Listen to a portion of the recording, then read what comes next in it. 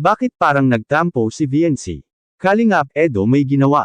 Mga ka-Ers, may isang eksena na biglang pinag-usapan ng maraming netizens matapos makita ang kakaibang moment nina Edo at VNC. Sa unang tingin, parang ordinaryong araw lang sana iyon. Tahimik ang paligid, nagkukwentuhan ang ilang kasama nila habang kumakain at nagre-relax.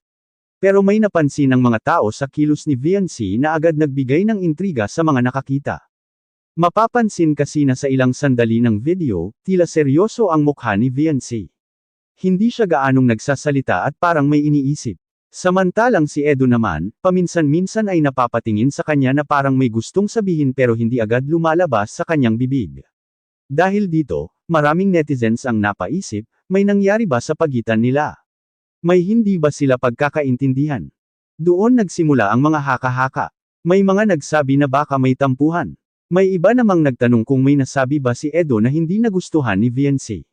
At ang pinaka-nakakagulat, may ilan pang nagtanong kung may kinalaman ba ito sa isang bagay na ginawa ni Edo na hindi inaasahan ni VNC. Habang tumatagal ang eksena, mas lalo pang napansin ng mga taong nandoon ang kakaibang aura sa pagitan nilang dalawa. Si VNC ay tahimik lang, minsan napapatingin sa malayo, habang si Edo naman ay tila nag-iisip kung paano niya sisimulan ang sasabihin niya. May isang kasama pa nga nila ang pabirong nagsabi, "Oy, parang may tampuhan yata ah." Natawa ang ilan, pero kapansin-pansin na hindi agad sumagot si VNC. Lalo tuloy nagkaroon ng intriga ang sitwasyon. Dahil sa katahimikan na iyon, mas lalo pang naging curious ang mga nakakita sa eksena. Samantala, si Edo ay biglang tumingin kay VNC na parang may gustong linawin. Sa mga sandaling iyon, parang may mabigat na iniisip ang dalawa. Hindi malinaw kung ano ang dahilan, pero ramdam ng mga tao sa paligid na may kakaibang nangyayari. At dito nagsimulang magtanong ang mga netizens nang kumalat ang eksenang iyon. Ano nga ba ang nangyari? Bakit parang nagtatampo si VNC? At ano ang ginawa ni Edo na naging dahilan para mapansin ito ng maraming tao? Pero ayon sa ilang nakasaksi, may isang bagay na hindi agad napansin ng karamihan. Isang maliit na detalye na posibleng magpaliwanag kung bakit ganito ang naging reaksyon ni VNC. At ang mas nakakagulat, may kinalaman pala ito sa isang plano ni Edo na matagal na niyang gustong gawin, pero hindi niya inaasahan na magiging ganito ang magiging reaksyon ni VNC sa simula. Ano nga ba ang ginawa ni Edo? At bakit parang nagbago ang ekspresyon ni VNC nang malaman niya ito? Habang patuloy ang usapan sa mesa, napansin ng mga kasama nila na parang may gustong sabihin si Edo kay VNC pero tila nagdadalawang isip siya. Ilang sandali pa ang lumipas, tahimik lang si VNC at paminsan-minsan ay tumitingin sa paligid, parang may iniisip na malalim. Dahil dito, lalo pang naging curious ang mga taong nandoon. May isang kaibigan nila ang pabirong nagsabi, "Uy Edo, parang may kailangan kang ipaliwanag ah." Nagtawanan ang ilan sa mesa, pero si Edo ay napangiti lang ng bahagya. Hindi pa rin siya agad nagsalita. Samantala, si VNC ay napatingin sa kanya na parang hinihintay kung ano ang sasabihin niya. Dito lalo nagkaroon ng intriga ang sitwasyon. Ang mga nakapansin sa eksena ay nagsimulang magbulungan. Parang may tampuhan yata talaga, sabi ng isa. O baka may ginawa si Edo na hindi inaasahan ni VNC, dagdag pa ng isa. Pero ang hindi alam ng karamihan, may isang dahilan kung bakit tila nag-aalala si Edo sa reaksyon ni VNC. May plano pala siyang gawin noong araw na iyon, isang simpleng bagay na gusto niyang gawin para mapasaya si VNC. Ngunit hindi niya sigurado kung paano ito tatanggapin ni VNC, kaya medyo kinakabahan siya. Maya-maya, napansin ng isang kasama nila na may hawak si Edo na maliit na paper bag na nakalagay sa gilid ng mesa. Hindi ito agad napansin ng lahat dahil tahimik lang itong nakapatong sa tabi niya. Pero nang makita iyon ng isa sa kanila, agad itong tinuro at pabirong sinabi, "Oy, ano yan Edo? May pasurpresa ka ba?" Sa sandaling iyon, napatingin si VNC sa bag na hawak ni Edo. Dito lalong naging seryoso ang kanyang mukha. Para bang may iniisip siyang malalim. Ang mga kasama naman nila ay nagkatinginan dahil hindi nila alam kung ano ang laman ng bag na iyon. Si Edo naman ay bahagyang napakamot sa ulo, halatang medyo nahihiya.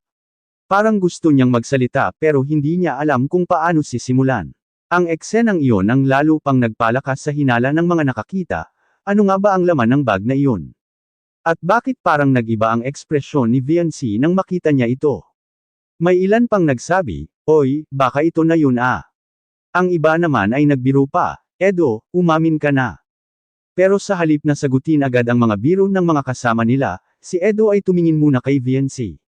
Parang hinihintay niya kung ano ang magiging reaksyon nito. At si Viancy naman ay nanatiling tahimik, nakatingin lang sa kanya na parang gusto niyang marinig mismo ang paliwanag ni Edo. Dito lalo naging kakaiba ang atmosphere sa mesa. Parang lahat ay naghihintay kung ano ang susunod na mangyayari. Ang simpleng salo-salo ay biglang naging puno ng suspense at intriga. At dito nagsimulang magtanong ang lahat, ano nga ba ang laman ng maliit na bag na iyon? Bakit parang nagtatampo si Viancy? At ano ang ginawa ni Edo na tila ikinagulat ng mga taong nandoon? Pero ayon sa isang nakasaksi, nang tuluyan ng magsalita si Edo at ipakita kung ano ang nasa loob ng bag, biglang nag-iba ang mood ng buong lugar. Ang tensyon na kanina ay napalitan ng ibang emosyon na hindi inaasahan ng karamihan. At ang mas nakakagulat, ang unang reaksyon ni Viancy nang makita iyon ay hindi galit, kundi isang ekspresyon na ikinagulat ng lahat. Ano nga ba ang laman ng bag na iyon? At bakit biglang nag-iba ang reaksyon ni Viancy? Habang hawak ni Edo ang maliit na paper bag, ramdam ng lahat sa mesa ang kakaibang tensyon.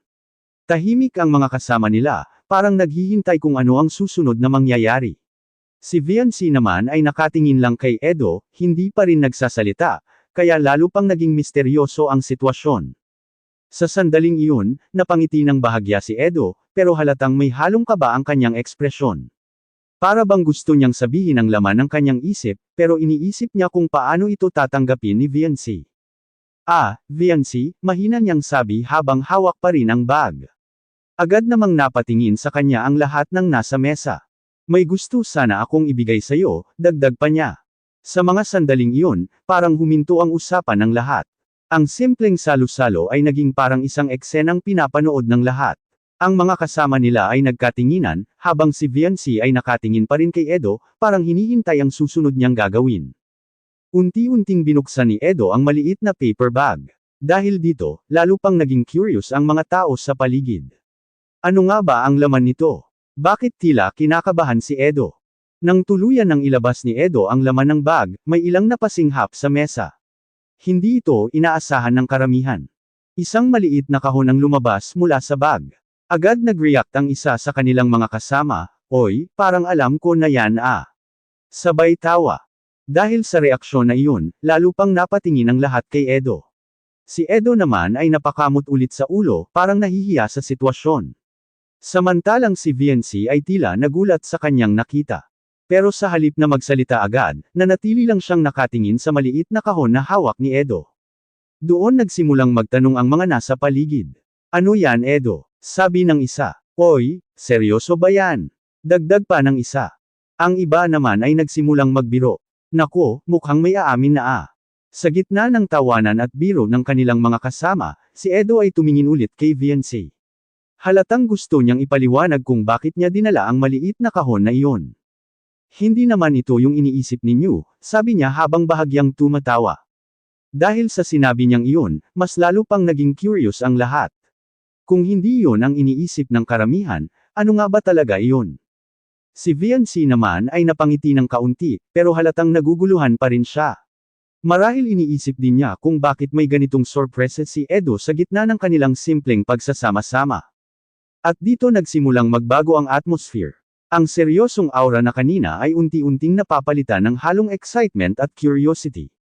Pero ayon sa isang nakasaksi, nang tuluyan ng buksan ni Edo ang maliit na kahon at ipakita ang nasa loob nito kay Viancy, doon nagkaroon ng biglang pagbabago sa reaksyon ng lahat. Ang kaninang tahimik at puno ng intriga na eksena ay napalitan ng tawanan at kilig mula sa mga taong nandoon. At ang pinakanakakagulat, ang unang reaksyon ni Viancy nang makita ang laman ng kahon ay hindi galit o tampo, kundi isang reaksyon na ikinatuwa ng lahat. Ano nga ba ang laman ng kahon na iyon? At bakit biglang napalitan ng kilig at good vibes? Ang kaninang misteryosong sitwasyon. Dumating na ang sandali na tuluyan nang nabuksan ni Viancy ang maliit na kahon na dinala ni Edo. Sa unang tingin, may nakita siyang isang simpleng regalo, pero halatang espesyal ito para sa kanya. Hindi ito marangya o mahal, pero ramdam ang effort at thoughtfulness ni Edo, isang bagay na nagpagising sa puso ni Viancy at nagpangiti sa kanya nang hindi niya inaasahan. Heart. Ito pala, mahina niyang bulong habang hawak ang regalo, sabay ngiti sa kanya ni Edo. Sa mga sandaling iyon, napansin ng mga kasama nila na nagbago ang aura ni VNC. Ang dati seryoso at medyo nagtatampo, ngayon ay may halong kilig at tuwa. Ang simpleng kilos na iyon ay nagbigay ng liwanag sa buong mesa. Si Edo naman ay bahagyang nahihiya, pero ramdam niya ang kasiyahan ni VNC, kaya hindi niya mapigilan ang malaking ngiti. Ang tensyon na kanina ay tila naglaho na, napalitan ng magaan na usapan at halakhak. Ang mga kasama nila ay napangiti rin, dahil ramdam nila ang pagmamahalan at pagmamalasakit sa pagitan ng dalawa. Ang maliit na regalo ay may kasamang note, isang simpleng sulat na puno ng appreciation at pasasalamat. Hindi ito isang bagay na mabibili sa tindahan, kundi isang bagay na galing sa puso ni Edo. At iyon ang dahilan kung bakit agad na nagbago ang ekspresyon ni VNC. Hindi niya inaasahan ang ganitong thoughtfulness, kaya't ang dating tampo ay napalitan ng kilig at saya. Sa loob ng ilang sandali, nag-usap ang dalawa, nagkatinginan, at nagbahagi ng mga ngiti. Hindi lang nila naipakita ang kanilang closeness sa isa't isa, kundi pati sa mga kasama nila, ramdam ang good vibes. Ang dating intriga at curiosity na naramdaman ng lahat ay napalitan ng positive energy at kilig.